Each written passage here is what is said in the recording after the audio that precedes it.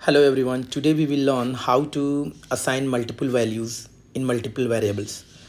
Okay, so in Python it's really very easy to assign multiple values in multiple variables in a single line statement. So how it will be possible?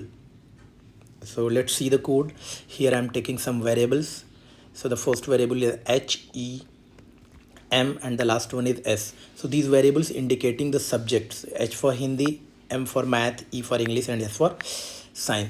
तो यहाँ पे दिख रहा होगा आप लोगों को चार वेरिएबल मैंने डिक्लेयर किया है और चारों की value one by one assign करते हैं. जो सबसे पहली वैल्यू मैंने दिया है 50 इक्वल टू वो एच की वैल्यू होगी, दूसरी वाली ई की वैल्यू होगी, तीसरी वैल्यू जो मैं असाइन कर रहा हूँ 67 वो एम की वैल्यू होगी और लास्ट जो 80 है वो एस की वैल्यू होगी. तो हिंदी में बच्चे ने पाया 50 और इंग्लिश में बच्चे ने पाया 56, मैथ्स में उसने 67 पाया और साइंस में 80. अब इन नंबर्स इन वैल्यूज़ को हम सब्जेक्ट के साथ प्रिंट करा लेते हैं. तो मैंने प्रिंट स्टेटमेंट का यूज़ किया.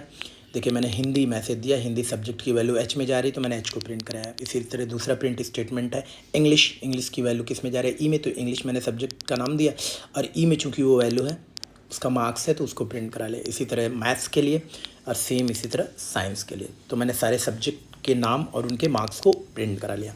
अब हमको ज़रूरत पड़ेगी टोटल करने की. तो टोटल करने के लिए बहुत सिंपल एडिशन का प्रोग्राम है, आपने पहले भी बनाया है. तो टी इज इक्वल टू सारे सब्जेक्ट को क्या कर सब्जेक्ट मार्क्स को ऐड कर लेते हैं.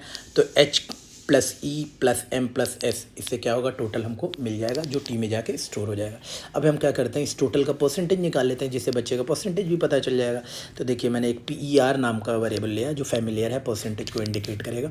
तो PER मैंने फ्लोट नाम का फंक्शन लिया है जिसमें T/4 किया है. T/4 का मतलब हो गया आप जान ही रहे होंगे परसेंटेज निकालने के लिए क्या करते हैं हम टोटल वैल्यू इंटू 100/4. चूँकि 4 सब्जेक्ट है तो 400 करेंगे तो 0 से 0 कट जाएगा, इसलिए मैंने डायरेक्टली क्या किया T/4 कर दिया.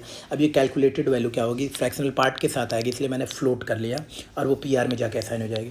अगले स्टेट में मैंने टोटल मार्क्स को प्रिंट करा लिया है जो टी में है मैसेज के साथ, और परसेंटेज को प्रिंट करा लिया है जो PER में है और परसेंटेज सिंबल भी उसके साथ आएगा.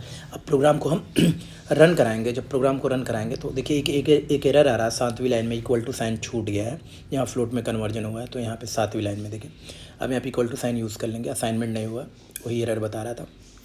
अब इक्वल टू साइन लिखा हमने. अब प्रोग्राम सही होगा, रन कराते हैं. देखिए आपके सामने ये प्रोग्राम है, पूरा आउटपुट क्लियर है. आई होप आपको प्रोग्राम समझ में आ गया होगा कि इस प्रोग्राम का केवल और केवल यही मकसद था कि एक ही लाइन में एक से ज़्यादा वैल्यूज़ को वेरिएबल में स्टोर कराना हो तो कैसे कराएंगे. All the best.